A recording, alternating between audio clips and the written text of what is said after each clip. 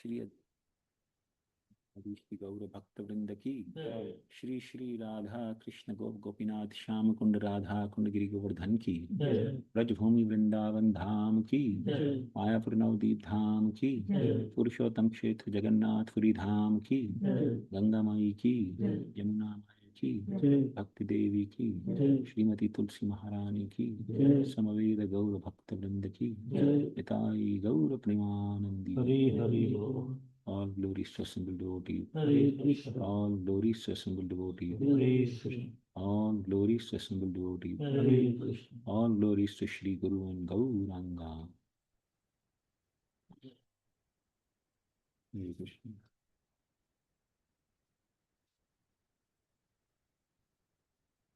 Om Namo Bhagavate Vasudevaya. Om Namo Bhagavate Vasudevaya. Om Namo Bhagavate Vasudevaya.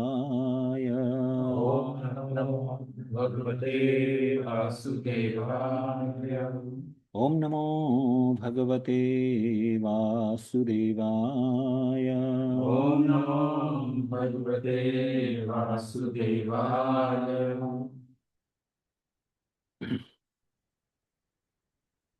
And Mike? No need of mic. We are just few of us, right? Everyone can hear me, right? Yes. Om Ajnanatimirandasya Jnananjanashalaakaya Chakshurunmilitam Yena Tasmai Shri Gurave Namah. Shri Chaitanya Manobhishtam Sthapitam Yena Bhutale Swayam Rupa Kada Mahyam Dhadati Swapadantikam Vandeham Shri Guru Shri Yuta Padakamalam Shri Gurun Vaishnavamisham Shri Rupam Sagrajatam Sahagana Raghunath Tam Sajivam Sadvaitam Sabadhutam Parijana Sahitam Krishna Chaitanya Devam Shri Radha Krishna Pada Sahagana Lalita Shri Vishakhan Vitamishra He Krishna Karuna Sindho Deenabandho Jagatpate Gopesha Gopika Kanta Radha Kanta Namostute Tapta Kanchana Gaurangi Radhe Vrindavaneshwari Vishamhanu Sute Devi Pranamami Haripriye Vancha Kalpatarubhyascha Kripa Sindhubhya Evacha Patitanam Pavanebhyo Vaishnavebhyo Namo Namah Shri Krishna Chaitanya Prabhu Nityananda Shri Advaita Gadadhar Shivasadi Gaura Bhakta Hare Krishna, Krishna Krishna, Hare Hare, Hare Rama, Rama Rama, Hare Hare. Hare Krishna. Hare Krishna. So thank you very much all the devotees for taking your time, and I know it's one of the working days, but we are starting with a introductory part today of Srimad-Bhagavatam. From next week we'll start actually from the first canto of Srimad-Bhagavatam, systematic study. We won't be going verse by verse in this study.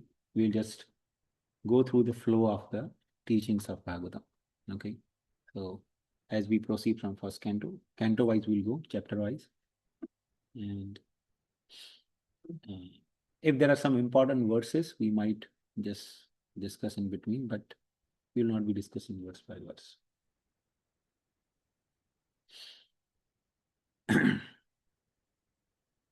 Srila Bhaktisiddhanta Thakur, once he said for Chaitanya Charitamrita, but I think that's also applicable for Srimad Bhagavatam as well. He said all the books in the world were burned to ashes and all the knowledge disappeared. If only Chaitanya Charitamrita remained, the world will not lose anything in terms of knowledge. Same thing is true for Srimad-Bhagavatam. If all the books of the world were burned to ashes, nothing remained, no knowledge remained in this world. If Srimad-Bhagavatam remained, actually, world will not lose anything. Because Srimad-Bhagavatam contains everything that is essential and required for us to attain the perfection of life. Of course, nobody really talks about perfection of life nowadays. People generally talk about, the immediate goals that they have for sense enjoyment. Because people generally think material progress, the progress that we make through material prosperity, that is the real purpose of life. Now, if you feel uncomfortable, please feel free to sit on the chair. If anyone, you don't have to do any formality. The whole important aspect is to hear. So please don't feel. It's so special. Thank you. Please. Yeah. Okay. So, material progress definitely has increased some comforts of life, but not necessarily brought the clarity in us. People live so much confused lives, so much confused. What to speak of grown-up adults, but even children, they live in such a utter confusion of life. And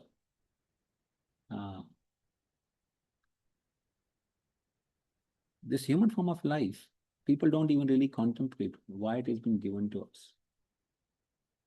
What is the purpose? Why we are here in this world? In modern times, human life is actually more or less basically solving one problem to upgrade to better problem. Like, just imagine when you were in school, we used to think, I just want to get out of school. Somehow I want to just get out of school. But when we got out of school, we went to college, we thought this is liberty life already. But in college, after 2 or 3 years, you just want to get out of college. Let me have liberty. Once you finish the college, then you have job. Stress for the job. Oh my God. Just imagine school and compared to when you finish the education, then you have more stress. I need to get a job. Sometimes I get the call from devotees. Prabhu, can you help my son or my daughter to get a job here? So there's the anxiety, for job. And once somehow they find the job, then there's anxiety to get married, right? And once they get married, then the stress for the children, right? If somehow somebody's fortunate to get children, it's okay. They don't get children, then there's another anxiety. And if they get children, then another set of anxieties begins. Lifelong journey. What you went through, that all anxieties begin for the children also. And of course, as parents, we inherit. And once, children are grown up, then you have broader family stress to deal with the family relationships, right? So we really never solve the problem. We graduate from one problem to be promoted to another problem. Multiple problems. Yeah. In course, we actually accumulate multiple problems. And unfortunately, none of the schools or colleges teach us about this reality. They don't even teach us to see the reality, right? They just dump a lot of information on us. Just imagine, in school, we were dumped so much information, which somehow we try to remember and vomit out in the exam. And then once you finish the exam, then you don't care to remember it or use it in any way, right? So, but Bhagavatam, the study of Srimad-Bhagavatam is actually not to just dump some information on us. Lord Chaitanya actually compared the acquiring of knowledge is non-different than a donkey carrying a burden. The only difference, the donkey carries load on the back, right? A lot of load, especially, if you see here, Amish people also use mules, right? So the mule is loaded with a lot of burden, physical burden. The so-called educated people, they load a lot of burden here.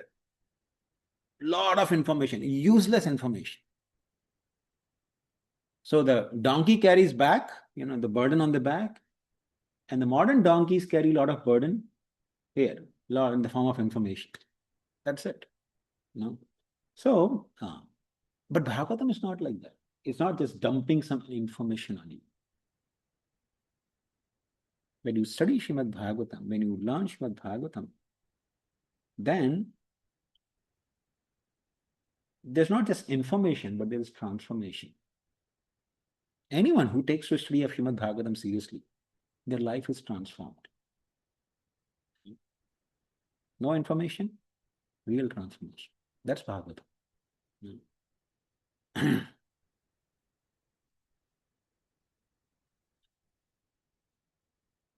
In fact, modern education many times makes people arrogant. The more one becomes educated, the more one becomes learned, the more becomes arrogant. But that's not the real sign of education or, a knowledgeable person. Krishna says in Bhagavad Gita, right? Yeah, actually, a pandit or learned person becomes, Lord Chaitanya actually mentioned, a learned man and a tree, they exhibit same quality. A tree full of fruits and a learned man, they exhibit exactly same quality. If you see the tree which has fruits, ripened fruits, the branches are always bowing down, right? They're loaded because they're loaded with fruits. Similarly, a person who has received the mature fruit of knowledge, that person naturally bows down, becomes humble.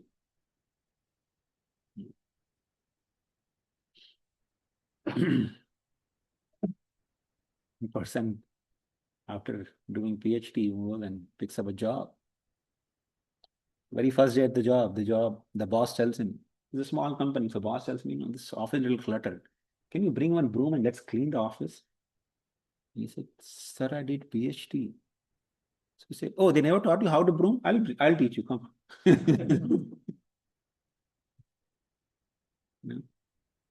So people generally think if I'm more educated, then doing some menial job is actually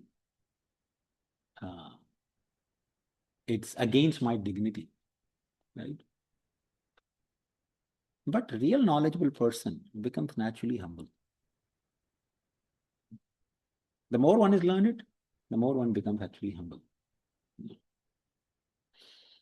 So Srimad Bhagavatam is actually that journey which takes us on imbibing unlimited wisdom. Unlimited. It's not that we can ever finish Srimad Bhagavatam. We are starting now, but it's not that we can ever finish reading Srimad Bhagavatam. We can complete reading one time, but you can never finish reading Bhagavatam because Bhagavatam is unlimited. The Bhagavatam that we have on the earth is only 18,000 verses. But the Bhagavatam that is read by the Bhagavatas, in the heavenly planets, or even Yamaraj in the lower planets, right? Yamaraj is in the lower regions of the creation, where he lives in Yampuri. His Bhagavatam contains 1 lakh verses. His Bhagavatam is much, much more bigger. We have only, some 28 incarnations of the Lord mentioned in, entire Bhagavatam. But the Bhagavatam that Yamaraj reads has so many unlimited forms of Krishna when he appears in this world. So Bhagavatam is actually unlimited. Because we are limited, therefore we have been given a limited access. But Bhagavatam is unlimited. In fact, in Mahabharata also, Vyasdev mentions that Mahabharata that we have on the earth has only 1 lakh verses. But Vyasdev compiled how many? 5 million verses, 50 lakh verses. He actually distributed the verses in the upper planetary system. Only 1 lakh verses he gave it to the earthly region for Mahabharata. So Mahabharata, we think 1 lakh verses is actually a very huge book. It's actually almost like more than 5 times bigger than Bhagavatam. No? But that is a very small version for earthly people.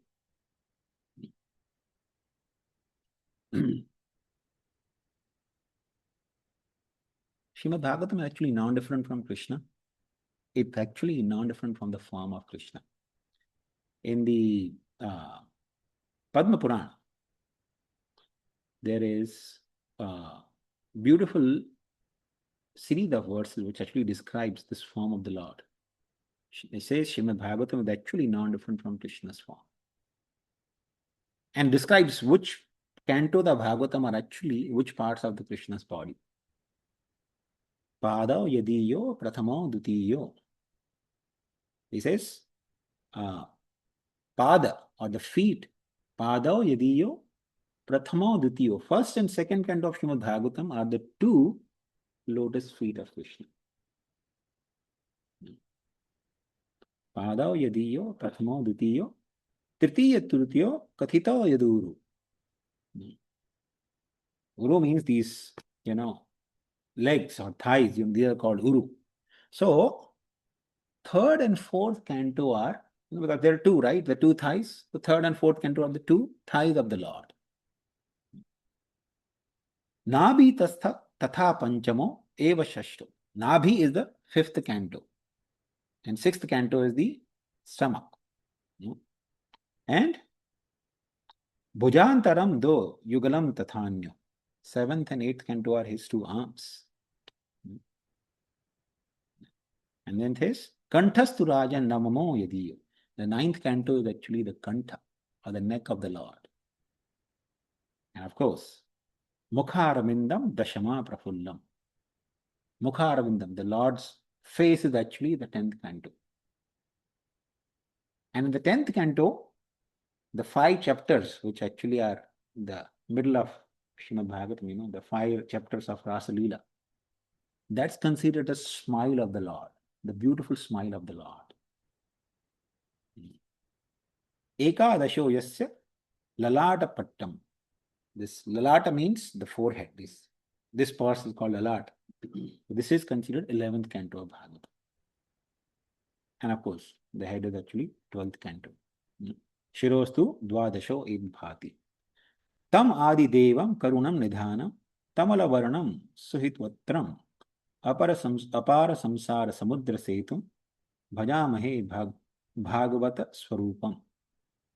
The Bhagavat Swarupam, this is actually the Srimad Bhagavatam, the form of the Lord, who is actually very merciful. So, when we study Srimad Bhagavatam, we actually are looking at the beautiful form of Krishna. And of course, Srila Prabhupada actually explains in one of the purports in Srimad Bhagavatam. Whenever we come and look at the deity form of Krishna in the temple, right? We never directly look at the face of Krishna. There's a way to even take darshan of the Lord. The way to take darshan is you start from the feet of the Lord. You look at both of his feet. Now, of course, on Sunday we have deities, right? Of course, our deities are very small. But how many times you actually looked at the feet of the Lord? How the Lord's feet are actually, the Trivanga, that is cross-legged. The Lord is actually standing cross-legged. Look at the beautiful feet of the Lord. That is 1st and 2nd canto of Bhagavatam.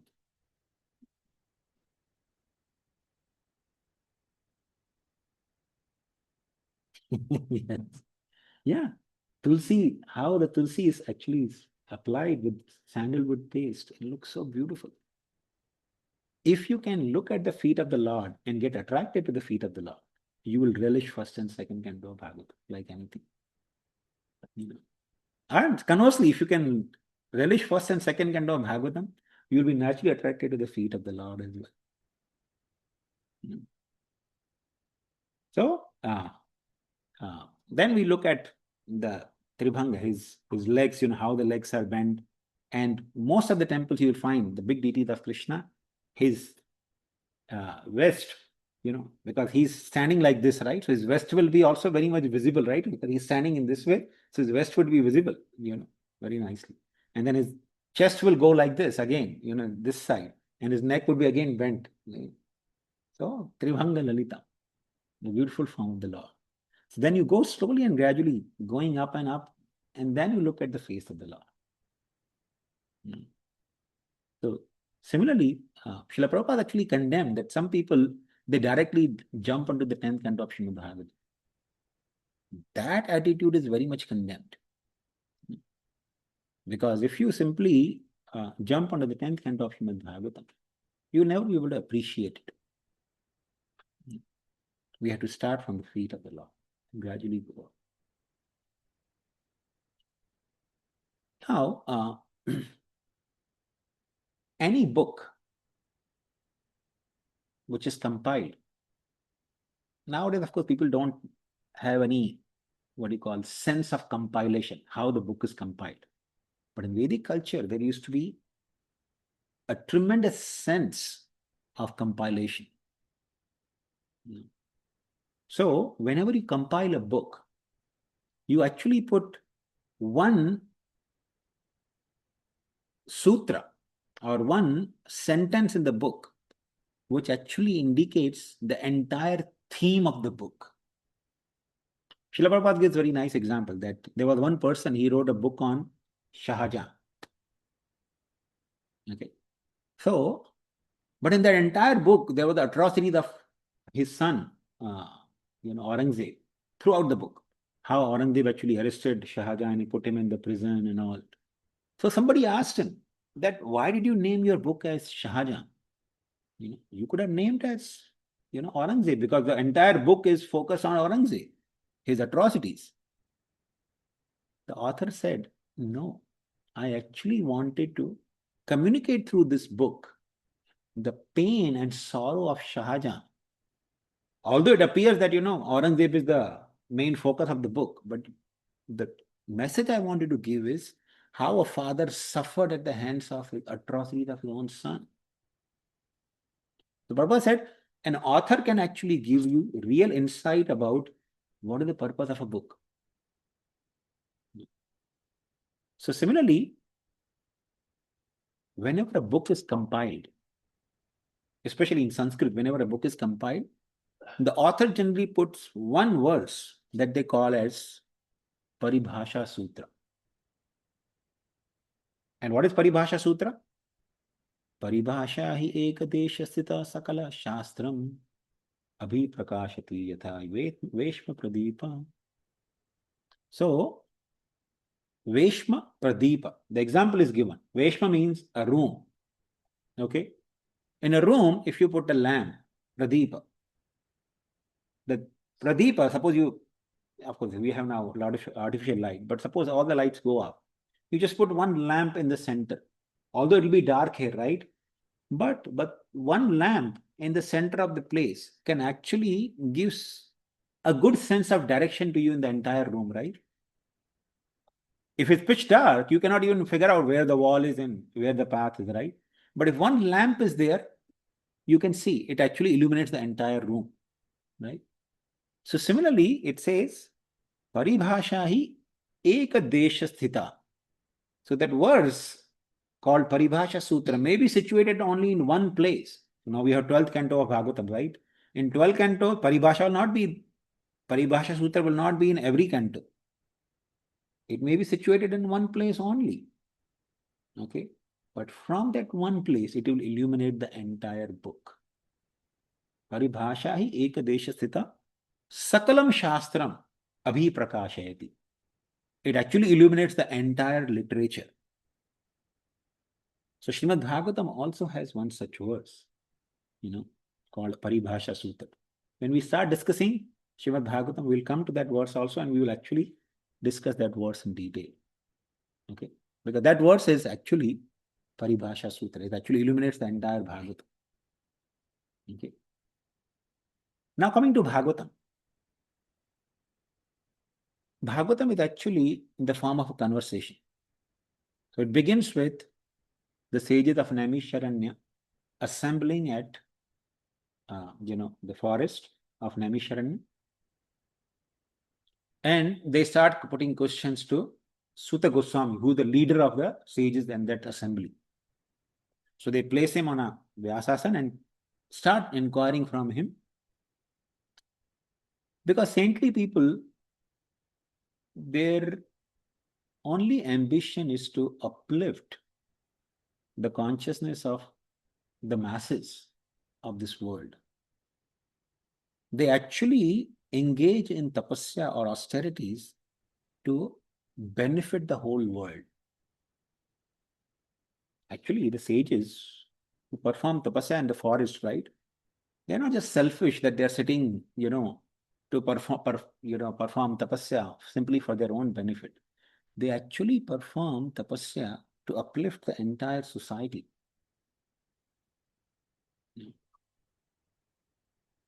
Because you see,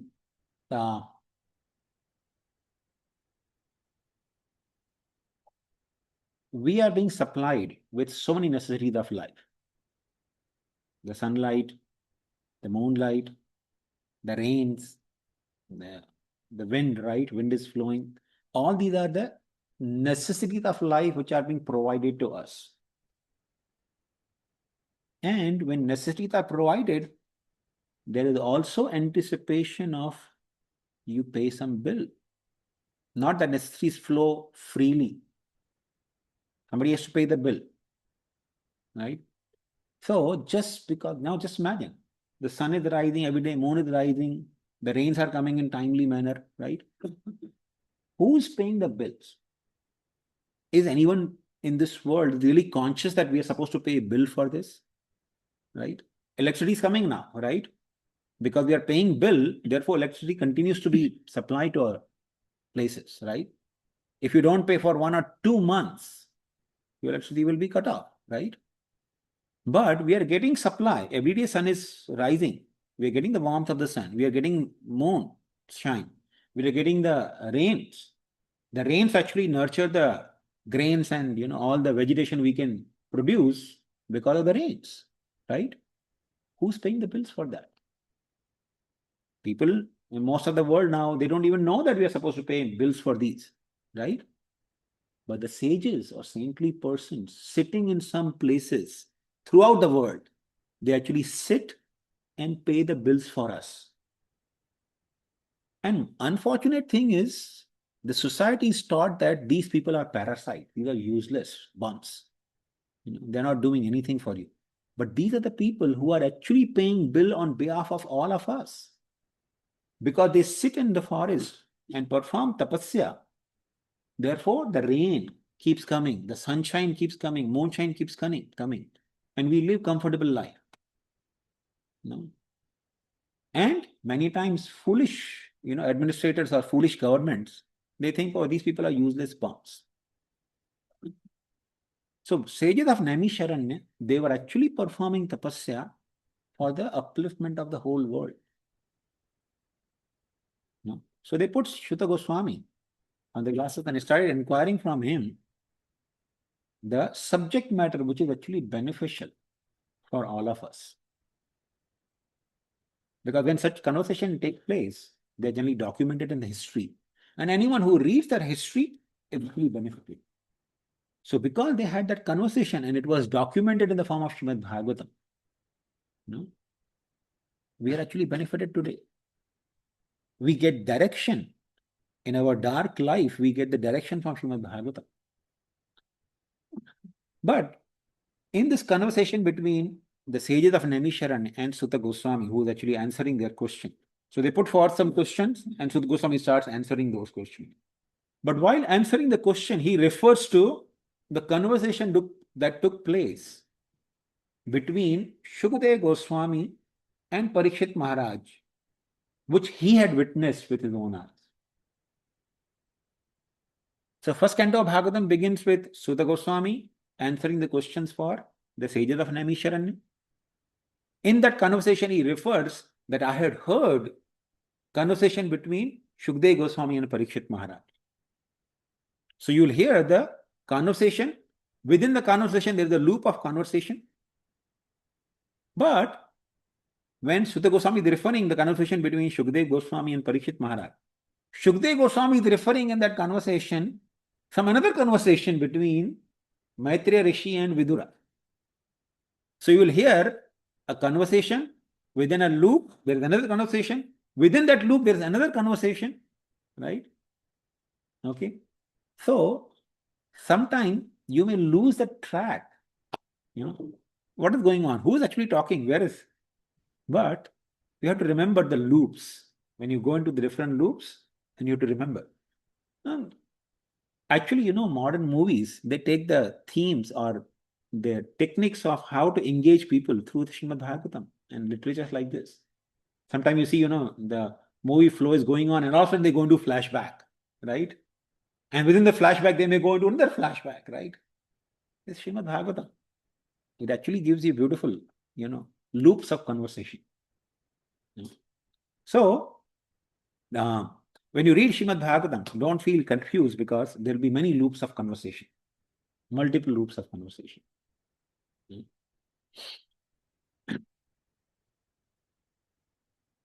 Srimad-Bhagavatam was originally spoken by Lord Shri Krishna to Brahma. Originally, Bhagavatam was spoken to Lord Brahma by Krishna. And it was spoken only in 4 verses. Just 4 stanzas, 4 sentences, that's it. And that is called Chatushloki Bhagavatam. That's also part of Bhagavatam only. So Brahma heard from Krishna. He narrated it to Narada Muni. But he expanded. He didn't just say 4 verses. He expanded it. Then Brahma told it to Vyasdev. And Vyasdev taught it to Shukdev Goswami, his own son. And Shukdev Goswami narrated it to Parikshit Maharaj, where Suta Goswami was also present and he heard it from Shukdev Goswami. And that's how Suta Goswami starts narrating Srimad-Bhagavatam. But now see what happens. Krishna spoke only 4 verses. Okay. And Brahma spoke little expanded version to Narada Muni. But in that expansion, what is intact is the message. There's no dilution in the message. Message is intact, but expanded, because Brahma is much more highly intelligent person. Krishna spoke only 4 verses, he could understand and comprehend everything. Okay. So Brahma is the most intelligent person in the entire creation, the very first being. But when he wants to narrate it, he wants to explain it to Narada. And when Narada explained to Vyasdev, Vyasdev narrated to Shukdev Goswami. Shukdev Goswami is actually explaining with examples, real life examples to Parikshit Maharaj. Same message. Message is not diluted. Message is still same, but with real life examples. Just like, when we are discussing now Bhagavatam, I may refer sometimes some real life examples, right? So, similarly, Shukdev Goswami, he expanded, and Suta Goswami, because he heard from Parikshit Maharaj, Shukdev Goswami, Suta Goswami heard from Shukdev Goswami. You will see first canto actually begins with how Suta Goswami is preparing the entire background of conversation taking place between Shukdev and Parikshit. So the very first canto of Bhagavatam is nothing but preparation leading to that scene where Suta Goswami was present to hear Srimad-Bhagavatam. Now, Shukdev Goswami, although in this world he heard Srimad-Bhagavatam from his father, Vyasdev. But Shukdev Goswami is actually a Nityasiddha associate of the Lord. He is actually the Shuka of Srimati Radharani, parrot of Srimati Radharani from the spiritual world. So, this parrot, he actually descended in his parrot form only in this world. But because he's parrot of Srimati Radharani, he's always eager to hear Srimad Bhagavatam or Krishna's Leela. So one time this parrot was actually roaming and he went to Kailash. In Kailash, Lord Shiva was telling Srimad Bhagavatam to Parvati. But he told Parvati that there is one condition. When I'm telling you Bhagavatam, because Lord Shiva, when he speaks Bhagavatam, he sometimes may close eyes and go on speaking. He's so much absorbed in, visualizing Krishna's Leelas when he speaks. Then he'll close his eyes, and then he will say, "Are you listening?" Then he said, so he told Parvati, "You have to say yes, I'm listening." So, Lord Shiva is speaking Bhagavatam. He's so much absorbed in with closed eyes. Parvati she kind of dozed off. But of course, in between, when she was being asked by Lord Shiva, "Are you listening?" And she said, "Yes, I'm listening."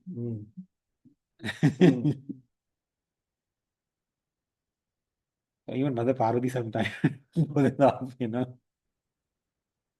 Actually, in Shiv Puran, there is one narration also where Lord Shiva actually gets angry on Mother Parvati because she was dozing off between the lecture. But anyway, so Mother Parvati is dozing off. But Shukdev Goswami, he's in the form of parrot. He doesn't want to stop narration because Parvati actually dozed off.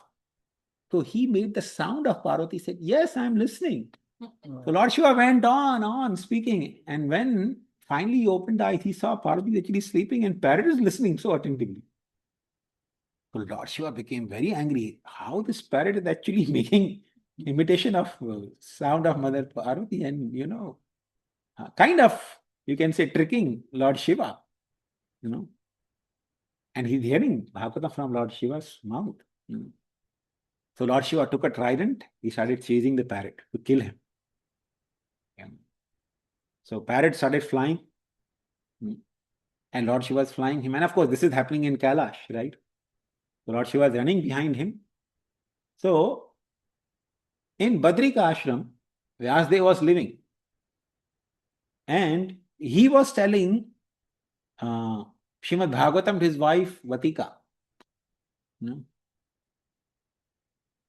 And apparently Vatika also kind of dozed off. So her mouth was a little open. And Vyasdev was actually, he was again absorbed in the narrative Bhagavatam, so his eyes were closed. So Vatika was sitting with open mouth, kind of dozed off, and parrot Shuka entered into her mouth and went inside her womb. That's how Vatika became pregnant with Shukdev Goswami. So, when Shuka entered into her mouth, Lord Shiva came and he told, I want to kill this parrot. So, Vyasdev asked him, "My lord, of course, you are Mahadev. You want to kill, you can kill, but tell me, if anyone hears Bhagavatam, what should be the result?" Well, that person will attain immortality, will attain, go back home, back to world. So how can you kill him? We already heard Bhagavatam from your mouth. How can you kill him? He's beyond birth and death now, So, Lord Shiva was convinced, yes, actually that's true. He has heard Bhagavatam from me. Who can kill him now? Nobody can kill him. So in this way, Shukdev Goswami actually heard Katha from Lord Shiva. And of course, again he heard from his father when he was born as a Shukdev Goswami. It's actually very interesting how Vyasdev named him also Shuka. Shukadev. Because he knew he's a parrot. So, Shukdev Goswami in this way heard Srimad Bhagavatam from Lord Shiva and also from his father, Shukdev Goswami, Vyasdev. Now, Srimad-Bhagavatam, of course, it discusses a lot of subject matter, but all the subject matters of Srimad-Bhagavatam are categorized in 10 different categories. So, in course of discussing Bhagavatam, we will discuss these 10 subject matters. What are the 10 subject matters? Atra sarga visargoscha sthanam poshanamutayam manvantarani ishanu katha nirodham muktiyashraya. Oh, can you help Aravi to get?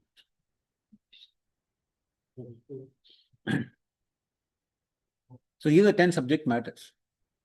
Atra sarga visargascha sthanam poshanam utaya manvantarani ishanu katha nirodham mukti and ashraya. These are the 10 subject matters. So let's try to understand what are the 10 subject matters. So atra sarga. First of all, sarga means creation. So how this creation takes place? But sarga actually means primary creation. And visarga means secondary creation. So why there is primary and secondary creation? No, because there's a difference between the two. Now, for example, how we understand what is sarga and what is visarga. So sarga means primary creation. Now just imagine this building, for example, is constructed by some contractor, right? Some engineer.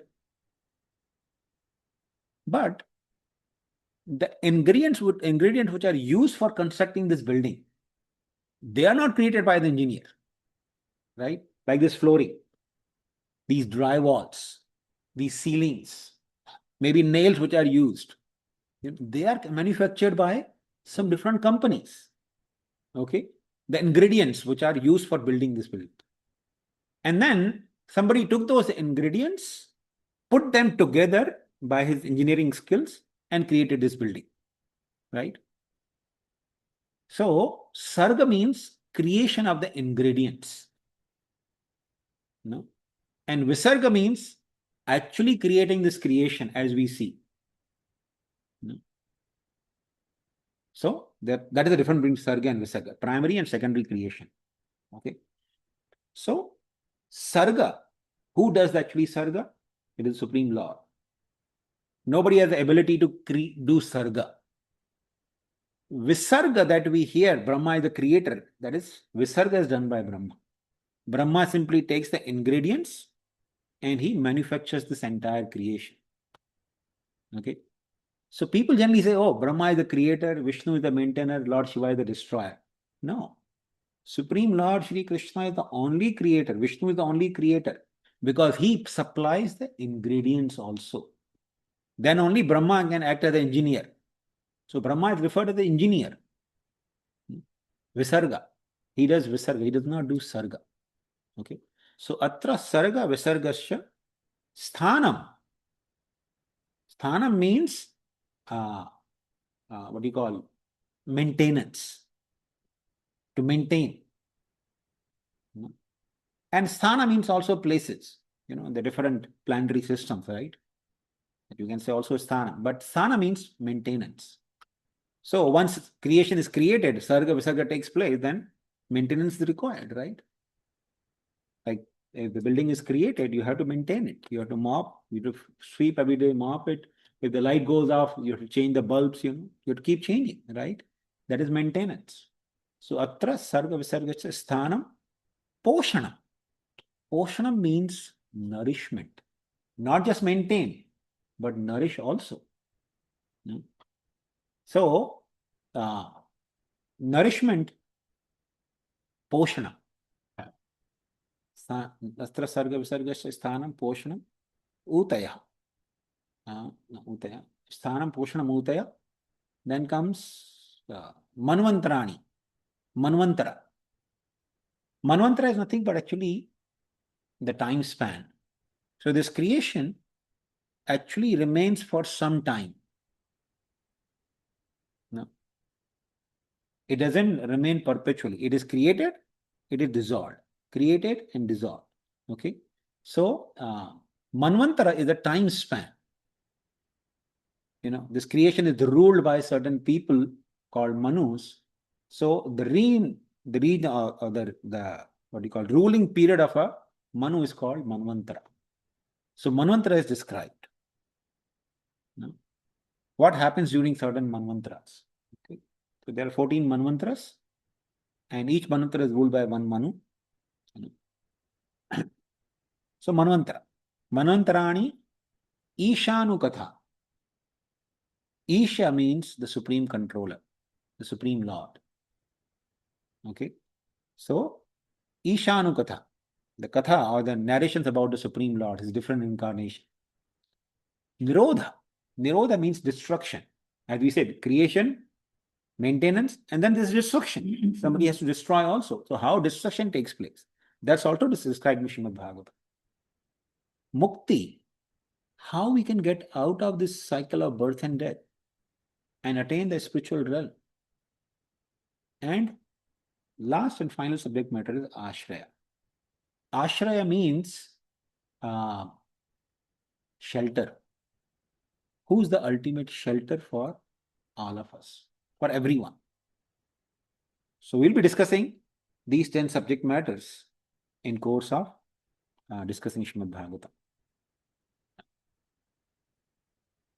Now, it is advised that one should study Srimad-Bhagavatam in the association of devotees under the guidance of a realized soul. Okay. Bhagavata Padagiya Bhagavata Sthane.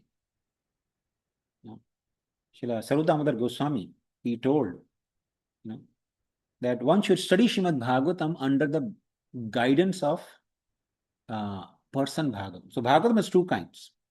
One is book Bhagavatam that we are going to study, and another is called person Bhagavat.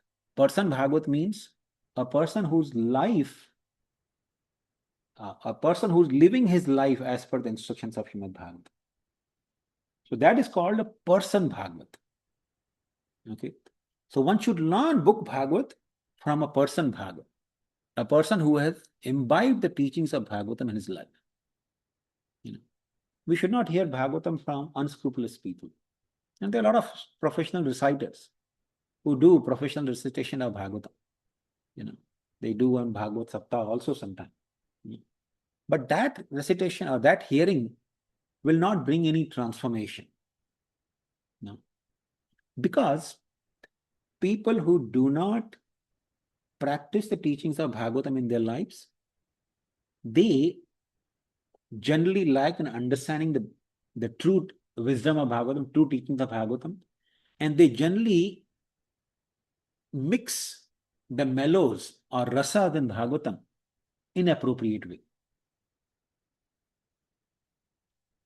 So now let's try to understand what is that rasa or mellow of rasa is there. So rasa or mellow means a kind of flavor. Now you see, nowadays people don't have much sense of rasa. Like, Nimbu, for example, is a rasa, right? Then you make kheer, right? Condensed milk. That's another rasa, right? Do you think you can mix Nimbu with condensed milk? Does it make a really good combination? No, right? Or sometimes we can make, what do you call, rabdi, right? We make rabdi for different flavors. So you can put sometimes fruits in rabdi, but you cannot put any fruit. You can put maybe sometimes banana pieces or sometimes apple pieces in rabdi, but you cannot put orange pieces in that. So putting orange pieces in rabdi is called rasabhas. You're mixing two contradictory rasas with each other. So this is called rasabhas.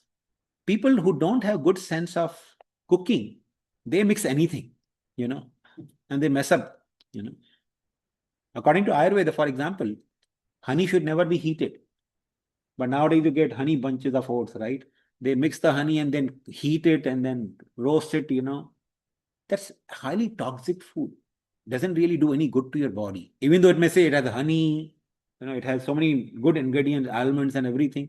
It has no nutritious value. It only does harm to your body. Because people don't have good sense of mixing the rasas or mellows. So people who do not practice Bhagavatam in their lives, they generally will mix these rasas in an inappropriate way. And because masses, people in general, they don't know, they don't have that sense. If they are not accomplished or studied Bhagavatam under the guidance of a person Bhagavat, they won't even know. Like for example, I remember one time one visiting person had come to our ISKCON Sacramento here.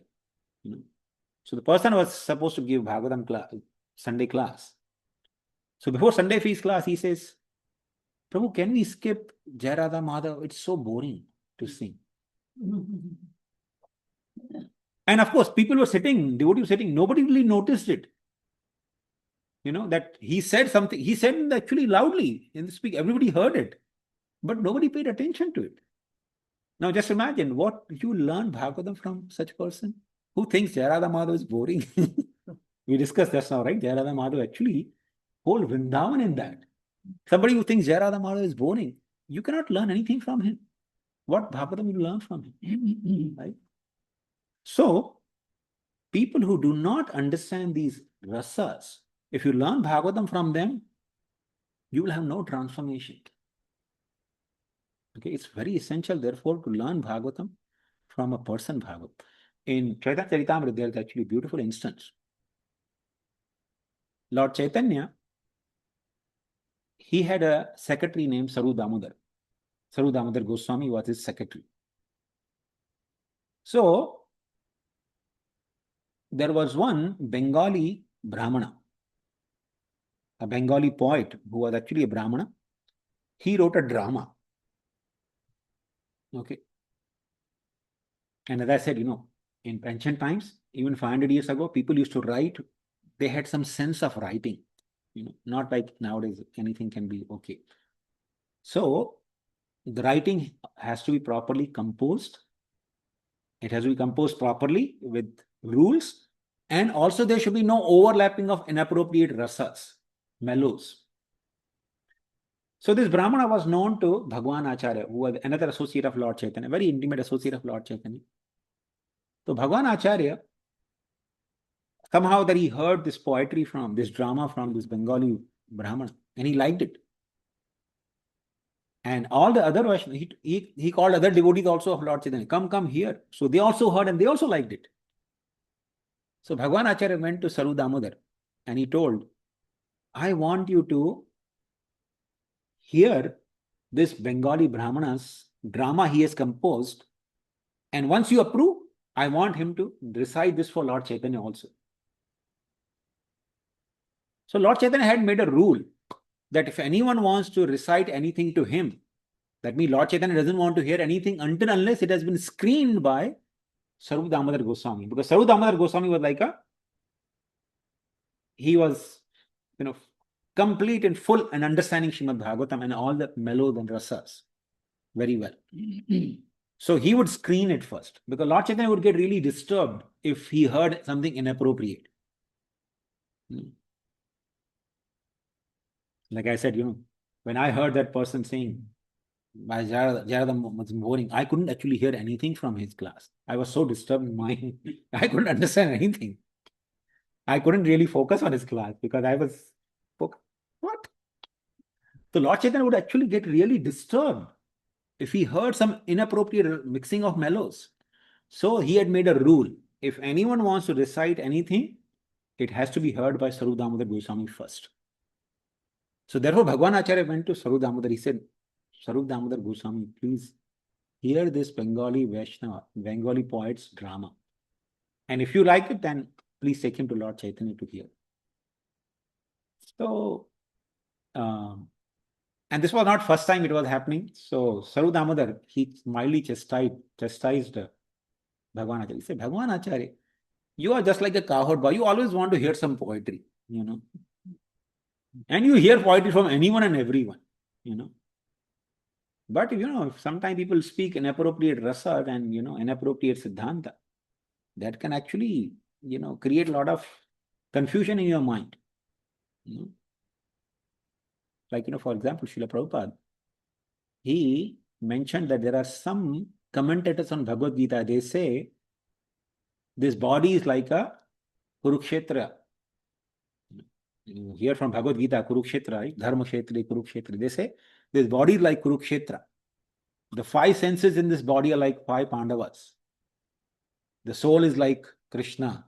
And all kind of nonsense. Now, just imagine, they compare the soul with Krishna and senses with Pandavas. And this body is Kurukshetra. That means there's no Kurukshetra, real Kurukshetra, Prabhupada said this is nonsense. I don't know where do people get these such nonsensical ideas from? But anyway, so Sarvadama said, okay, bring that Bengali poet. So the Bengali poet came. So Sarvadama said, I won't hear the entire drama, but first you tell me the invocation words. Because drama or any book has to have invocation words.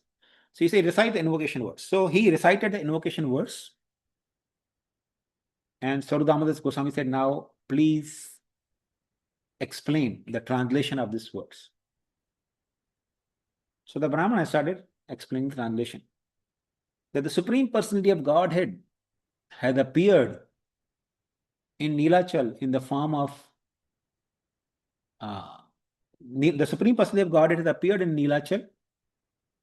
He has taken the body in the form of Lord Jagannath, and Lord Chaitanya, who's like the soul, has entered into that body. And they have brought great illumination or life to the entire Jagannath Puri. Something like that. And all the devotees said, wow, wonderful, such a wonderful explanation, right? Saru Damodar Goswami became so angry. Now, do you find anything inappropriate in this explanation? Now, hear what Saru Damodar Goswami said. Saru Damodar Goswami said, you are just a fool. You have absolutely no understanding of Siddhanta. You are comparing Lord Jagannath with a body. Body is made up of Pancha Mahabhuta, dull matter.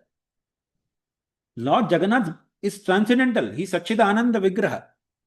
So you are comparing the transcendental form of Lord Jagannath with this body, with dull matter, and you are comparing Lord Chaitanya with the soul, which is Jiva. Lord Chaitanya is Supreme Lord himself, not different from Lord Jagannath. So you offended Lord Jagannath, you offended Lord Chaitanya. The only result is that you are going to go to hell and reside eternally in the hell. And the Brahmana became fearful and started shivering.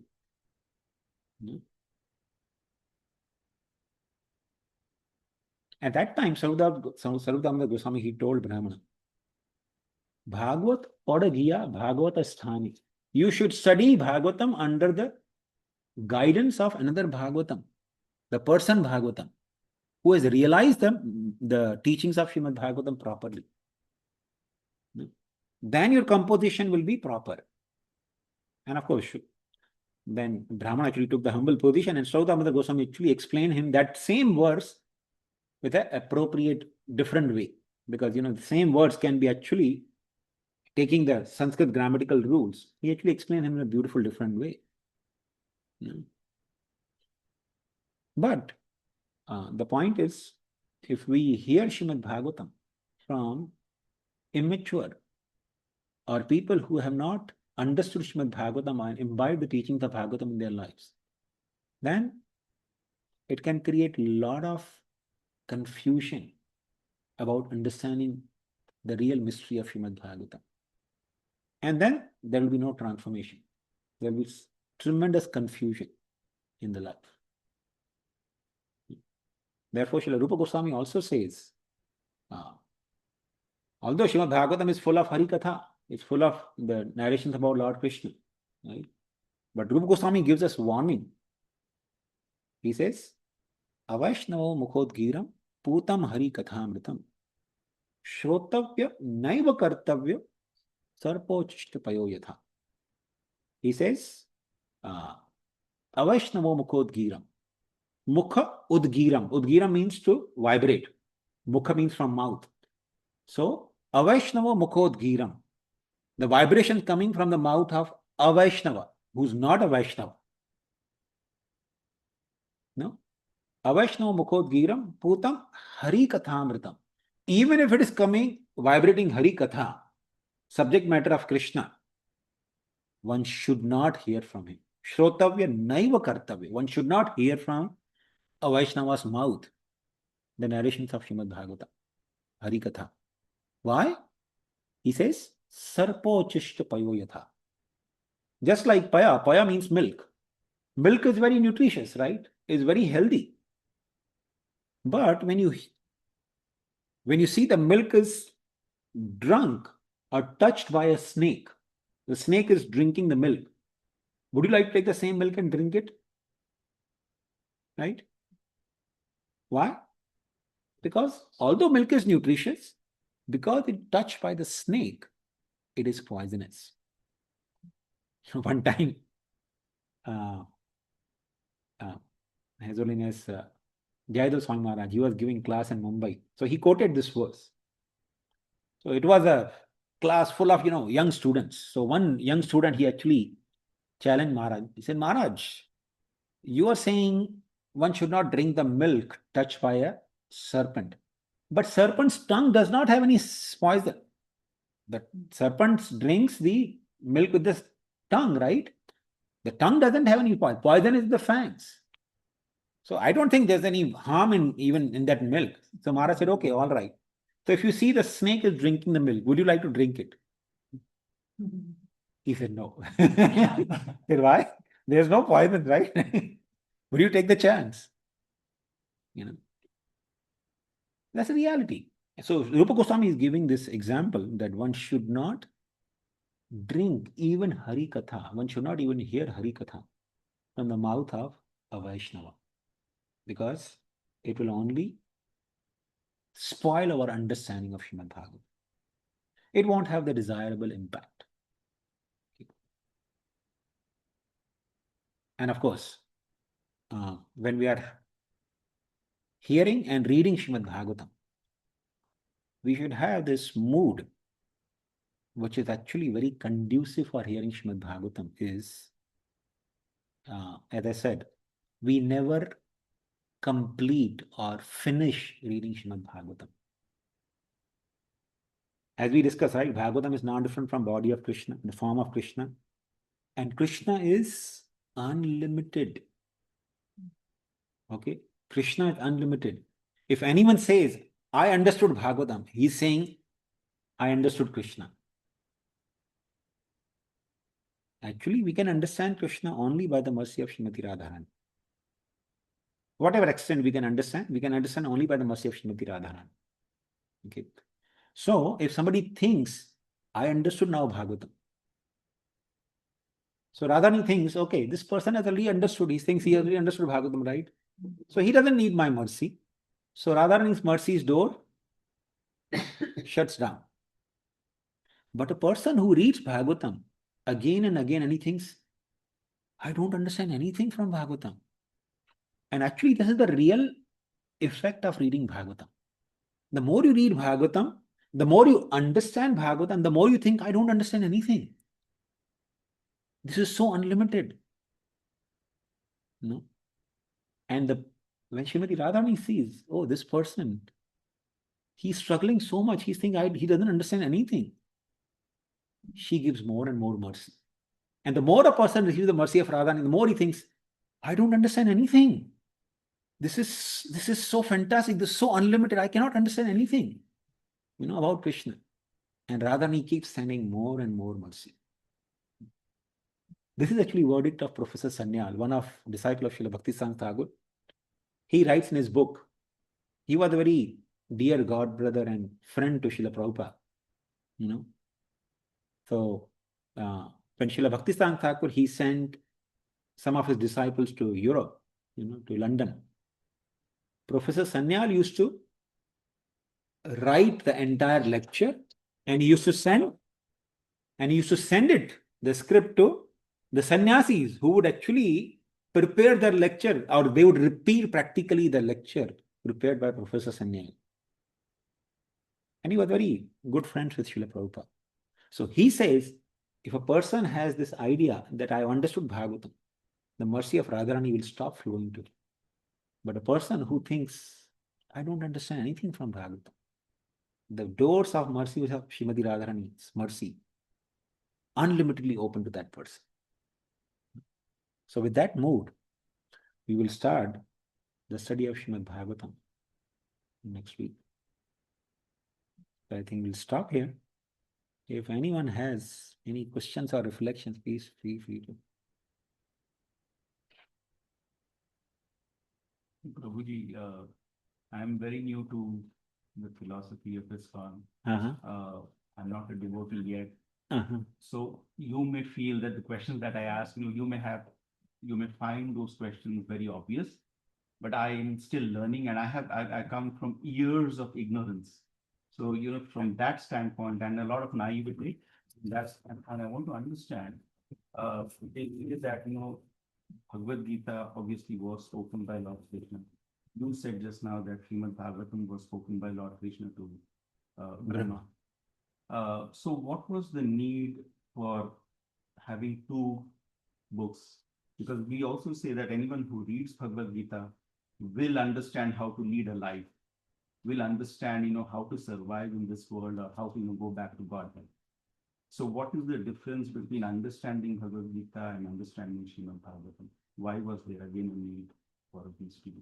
It's a very brilliant question. It's not a naive question. It's a very wonderful question. Let me tell you. Actually, I forgot to mention one point, and that's the answer to your question. I'll just come to that. So Bhagavad Gita is considered the preliminary study of spiritual life.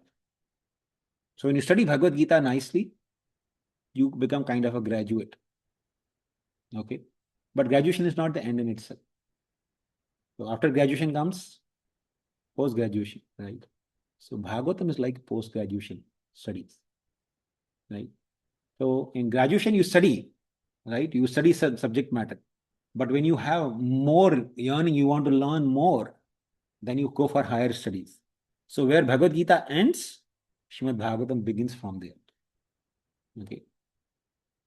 And as I said, the spiritual life is actually unlimited. The purpose of Bhagavad Gita and Srimad-Bhagavatam, and Bhagavatam is also not an end in itself. Bhagavatam is post-graduation, but beyond post-graduation is PhD also, right? So there is PhD also in the spiritual life. That is Chaitanya Charitamrita. That's like a PhD study. Okay. But Bhagavad Gita actually is a dialogue between Krishna and Arjuna, spoken on the battlefield of Kurukshetra, giving some basic philosophy of life, how we can live in this world and attain perfection of life, which Krishna concludes in Bhagavad Gita by saying, Sarva dharman parityajya mam ekam sharanam. Just surrender unto me. Abandon all varieties of religion and just surrender unto me. Okay. Now, we hear Krishna saying, surrender unto me. But we need some examples how to surrender to Krishna. Right? Now, Arjuna, of course, he surrendered to Krishna by fighting. Right? The battle of Kurukshetra. You and may not be going to any battlefield, but we may have different battles in life. How we surrender to Krishna in those battles of life. Right? Now, say for example, sometime I become bankrupt, for example. I lose all my money. How can I surrender to Krishna in that condition? Right? Somebody may get abundant of money. How can I surrender to Krishna in that opulence and lot of wealth? Right? A person who is in utter poverty and a person who is having immense wealth, their surrender to Krishna will not be same. Right? Their way of surrendering to Krishna will be different. Right? Similarly, a person, suppose he loses some near and dear one. We'll read in Srimad-Bhagavatam, if you all of a sudden lose your son or a daughter, at a very young age they die in front of you, a father seeing the death of the child. right? It's a very painful situation. How you surrender to Krishna in such a condition, right? So our life challenges will be different. We'll be facing different situations in life, right? How to surrender to Krishna in that condition? That's what Bhagavatam is. Bhagavatam teaches us how to surrender to Krishna. Make sense, Rom? So Bhagavatam is actually a living example of teachings of Bhagavad Gita. How we can practice those teachings in our life. Someone who has not read or understood Gita, would you say that they should not learn or study Bhagavad? No, nothing like There's that. Nothing like that. Foundation, you don't need a foundation. See, it's a very interesting thing. When we are studying Srimad-Bhagavatam, we will actually study Bhagavad Gita also in the course of reading Bhagavatam. Entire Bhagavad Gita. So it's not that we'll be missing Bhagavad Gita. Because without Bhagavad Gita is a preliminary study, right? Unless you learn the preliminary mathematics, 2 plus 2 is equal to 4, or 2 into 2 is 4, or 2 multiplied with 3 is 6. Until you learn basic addition, subtraction, multiplication, division, you cannot go for higher mathematics, right? So Bhagavad Gita is actually giving you basics. We are not the body, we are the spirit soul. We are part and parcel of God. So that will automatically come in course of discussing Srimad Bhagavatam also. In fact, in the first canto of Bhagavatam, there is one instance where Arjuna is actually remembering the teachings of Bhagavad Gita. Maybe when we reach there, we'll probably try to have one session on the entire Bhagavad Gita, summary study of Bhagavad Gita in one session.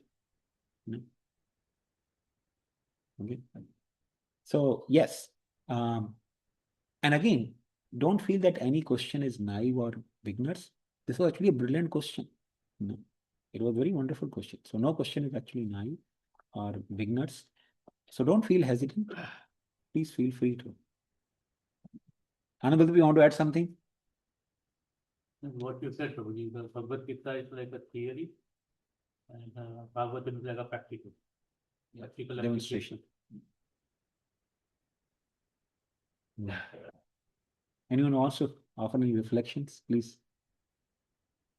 Feel. Sunita Mataji or Satish Prabhu, do you have anything online? No, Prabhu. So nice to introduction to the Srimad-Bhagavatam. Sorry? There, No. she's with the fruit, and that's a beautiful analogy that he gave us. That when you're heavy, the humility that we have is how much you're able to, bow down or be humble about it. That's very beautiful. Yes, it is.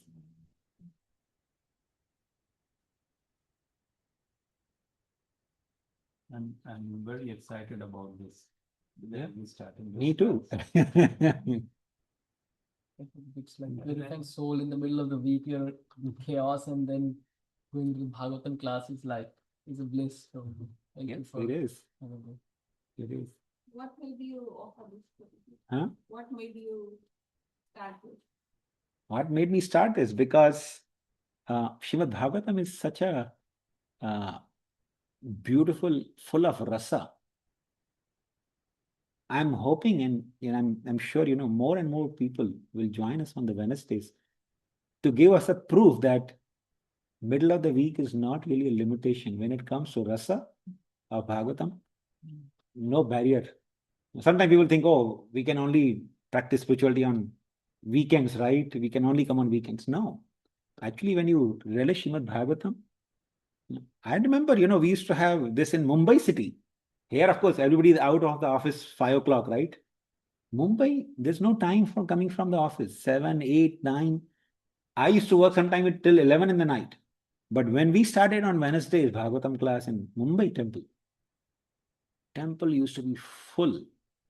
We used to have at least 300 to 400 people on Wednesday evenings. Okay. So I'm sure, here also we will have more and more people coming for Bhagavatam, because Bhagavatam is full of rasa, so much joy. Because when devotees, few devotees who relish here, they will not be able to contain. They will have like to try to invite more and more. And that's the whole idea. Even if we don't expand, but one thing I'm sure, if we few of us learn Srimad-Bhagavatam and start practicing sincerely in our life, we will be actually able to attract other people to study and practice the teachings of Bhagavad in their lives. And that's the whole idea. Because the systematic study of Srimad-Bhagavatam actually makes a person into person Bhagavatam. So it's not that, person Bhagavat is actually reserved for some particular person or category. No, anyone who studies Srimad-Bhagavatam sincerely under the guidance actually becomes a person Bhagavat, a walking Bhagavatam. So if how many of us were there? 8, 10, 12 of us, right? If 12 walking Bhagavatams in Sacramento, that's good enough to transform the entire Sacramento. Even if I don't, but if 11 of you become, that'll be wonderful. And 2 online, we have 13, right? So 11 of you and 2 plus 13 of you will become Bhagavatam. Strong knowledge that we want to study, when we study together with somebody, it's totally different way of understanding and learning. That is so true. You just learn by yourself or read at home by yourself. That is so true. So I think we'll stop here. Thank you very much. Just to add to the point, Prabhu. And, Satish Prabhu. Prabhu, I think just to add to the point, like Bhagavad Gita is like when Bhagavad Gita, Krishna said that Sarvadharmam Prajitamam can surrender unto me, but without knowing the person, how we can surrender that person, full details in the Srimad-Bhagavatam, I think I feel it. So yes, Prabhu. Thank you. Thank you very much. thank you. Thank you, Prabhuji, Shankaran Prabhuji. It's very nice. I was listening. Hare Krishna. Yeah. Thank you very much. Hare Krishna. Thank you, Prabhuji.